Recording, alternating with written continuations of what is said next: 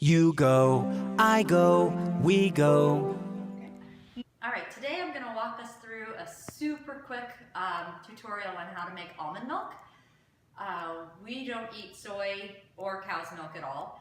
And I found that buying the almond milk at the grocery store, it has a lot of additives to keep it fresh, and it's in the plastic bottle or the cardboard container, and I just really wanted to try making it for myself. And when I did, I saw that it literally takes about 5 minutes.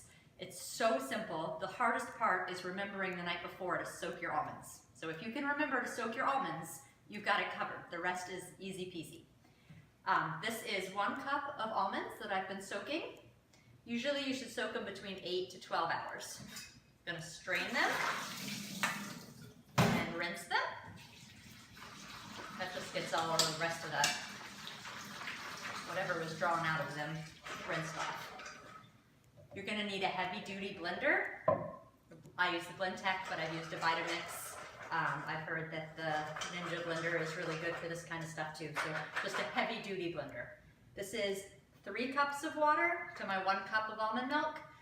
That's the consistency that I like. If you like it a little thinner, more like skim milk, you could go all the way up to like 4 cups of water to 1 cup of almond milk. Pour those in here. Now, I use mine mostly for baking, so I leave it plain. But if you're gonna drink it or serve it to your kids, you could certainly put in some of the vanilla bean powder and a date or 2 at this point, and that'll sweeten it up and make it very tasty for morning breakfast. Just gonna put this on here. On my BlendTech, I use the whole juice setting, so use an equivalent on whatever blender you have. So, I bought myself, for all of like $6, this handy dandy nut milk bag. I got mine.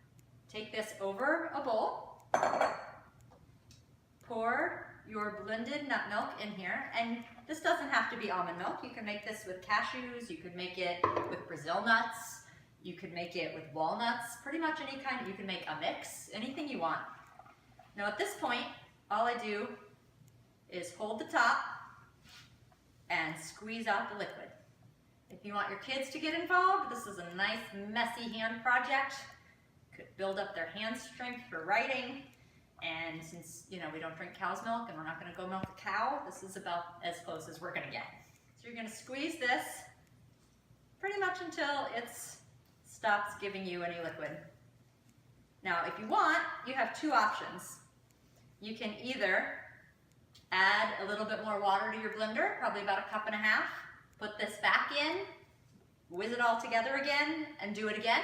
And that might get you a little bit more almond milk if you're looking for quantity. Or if you have a dehydrator, you can spread this nut pulp out in the dehydrator tray and then turn it into almond flour.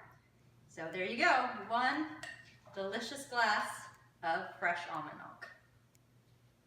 It should keep for 3 to 5 days if you keep it airtight in the fridge. You go, I go, we go.